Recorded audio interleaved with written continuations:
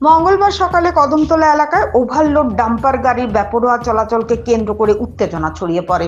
স্থানীয় বাসিন্দারা অভিযোগ করেন, দীর্ঘদিন ধরে অতিরিক্ত বোঝাই ডাম্পার গাড়িগুলি নিয়মিতভাবে এই রাস্তায় চলাচল করছে, যার ফলে রাস্তার অবস্থা বেহাল হয়ে পড়েছে এবং প্রায়ই দুর্ঘটনার আশঙ্কা তৈরি হচ্ছে।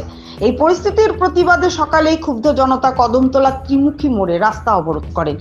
অবরোধের জেরে গুরুত্বপূর্ণ সড়কে যান চলাচল সম্পূর্ণভাবে ব্যাহত হয় এবং উভয় দিকেই দীর্ঘ যানজটের সৃষ্টি হয়। নিত্যযাত্রী ও সাধারণ মানুষ চরম দুর্ভোগের শিকার হন। খবর পেয়ে ঘটনাস্থলে পৌঁছায় কদমতলা থানার পুলিশ বাহিনী। পুলিশ অবরোধকারীদের সঙ্গে আলোচনা করে পরিস্থিতি নিয়ন্ত্রণে আনার চেষ্টা করে।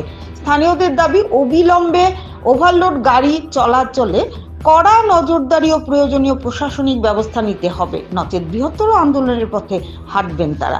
শেষ খবর পাওয়া পর্যন্ত পুলিশ ও স্থানীয়দের মধ্যে আলোচনা চলছিল এবং পরিস্থিতি নিয়ন্ত্রণে আনার চেষ্টা অব্যাহত ছিল।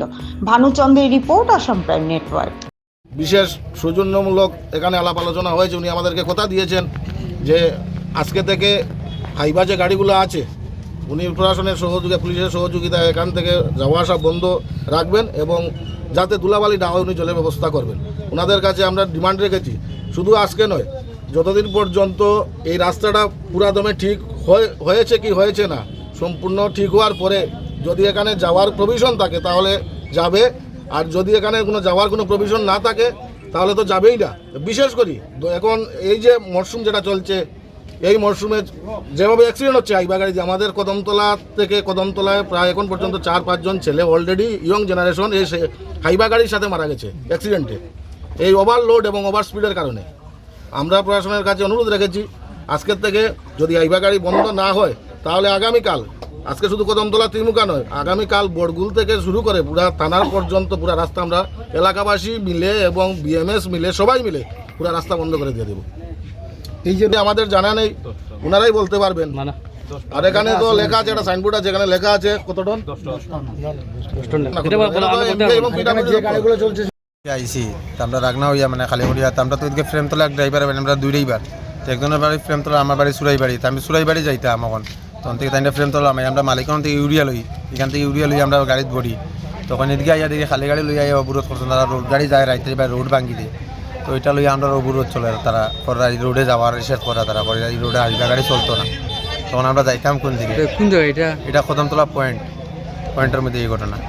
তাই আমরা গাড়ি চালাই কোন দিকে যাইতাম, আমরা ধর্মনগর গেলে এই প্রবলেম, এদিকে আইলেও প্রবলেম, তো আমরা খালি গাড়ি নিয়ে ওরা বলেছে কি ড্রাইভার মাল নিয়ে যাচ্ছে, কি টাকা দিয়ে যাচ্ছে, এটা তো আমরা নিজের চোখে জানি না, আমরা কিন্তু যাই না, আমরা তো আমরা মেইন রোডে যাইতে লাগে, আমরা কয়লার রোলা তারপরে আপনার পাথর বোল্ডার ঠিক মানে আমরা 16 চাকা, আমরা তো আগরতলা বহুত কমে যাই, তো আমরা তো এদিকে বহুত কমে যাই মানে, তবে জানি না এটা রোডে কিন্তু গাড়ি রিসেট বন্ধ আছে, গাড়ি চালক কি তুমি? হ্যাঁ গাড়ি চালক আমি। আইতে পারে, যাই কিছু আইতে পারে, ঠিক আছে, দাবি ধরুন যুক্তিসঙ্গত। হ্যাঁ, যেহেতু আমি এখন জানছি এটা আমি হলে অবশ্যই পোছাবো। এই যে ম্যাডাম যেহেতু আমার পাঠাইছে, অবশ্যই যে ম্যাডামের নজরে নিবো, এটা হয়তো আগেও 2-1 বার হয়তো কথা হয়েছে। আচ্ছা আচ্ছা, হ্যাঁ, তোর কাছে কি আছে আপনার কাছে আগের কপিটা আছে কি? কপিটা অফিসে আছে। আচ্ছা, কপিটা আমার দিয়েন, আমি দিয়ে সাথে কথা বলবো যে এই তাদের দাবি হলো, এই দাবি আসলে ন্যায্য দাবি। হ্যাঁ, আপনার সবাই লোক, আমিও সহমত, আসলে রাস্তাগুলো ভালো থাকুক, এটা আমরাও তো চাই না, কেমন?